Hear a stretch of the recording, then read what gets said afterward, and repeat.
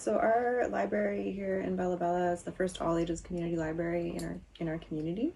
We've been offering collections of books and book-related events since 2007. It's just a beautiful community gathering space.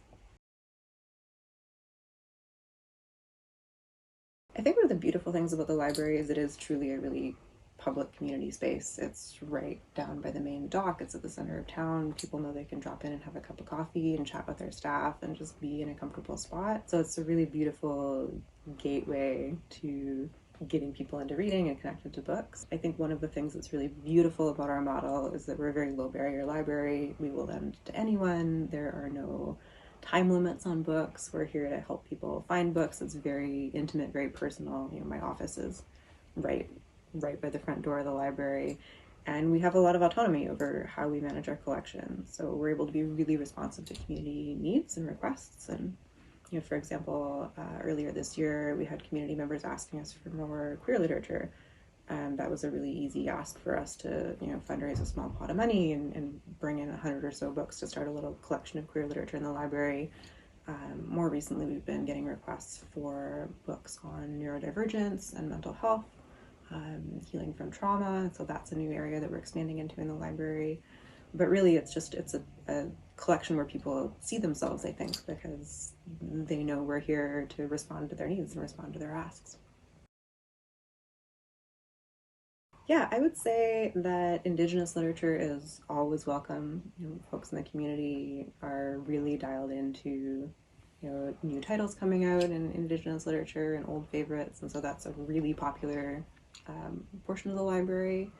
And I think the other piece that people are really into is field guides. We can always use more field guides. Folks really love bringing those out on the land with them and learning more about the territory. And yeah, that's another part of the collection we're always expanding.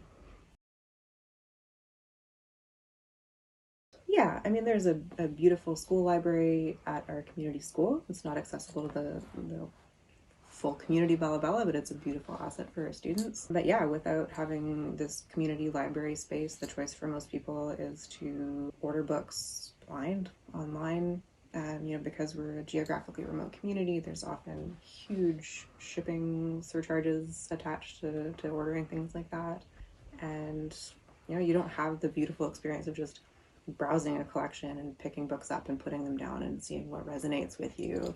You don't have that tactile experience of building a connection to books and spaces where books live. And I know for me, that's such a beautiful, healing, engaging thing to do, practice for me. And so I really love that that's a gift we can give people, is to create that space here and curate that here. Yeah, people are always excited when we have new collections of books. We have our diehard regulars who are down here all the time. We have folks in the community who are sort of always on the lookout for their special interests, popping up in the library. We have very active sort of local social media channels, and so when we have a new box of books arrive, I always do a little unboxing post, show people what's come in, and often people are here knocking on the door and walking into the library before I even finish stamping and labeling the books. So there's always a lot of excitement when we have new additions to the collection.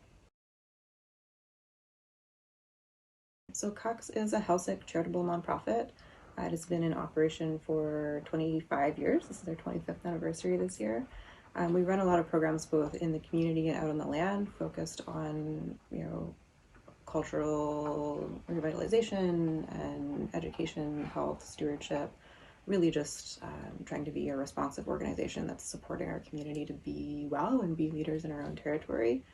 And so in community, we do a lot of work related to food security. We run a food bank and hamper program, a community garden, support folks to garden at home through our Granny Gardener program. We have a library, we run a community sawmill, but we're also out on the land, particularly at this time of year, bringing large groups of youth out to learn about their culture and learn about their identity as Helsick people in the places where their ancestors thrived.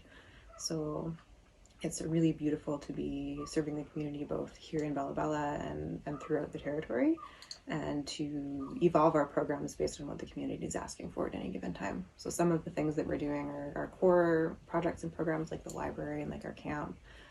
Others are much newer and still emerging, but we like to be the people who say yes to community ideas. So it's exciting work to do.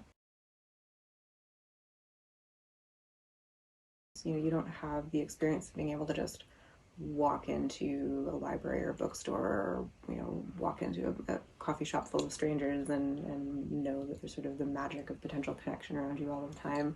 It's very different here, where we have a really deep sense of community, but, you know, feel frankly really geographically isolated a lot of the time. And I think one of the things that certainly is really uplifting for me, and I think for a lot of other people in the community too, is just the sense that out in the wider world, there's this really engaged, lovely group of people who care about us and where we are and who we are and what we need. And just the, you know, the kindness of the support we receive from folks, you know, helping us to get new books for the collection or finding other ways to support other projects and programs, you know, really makes us feel like we have a strong community out in the wider world as well, which is a really beautiful gift.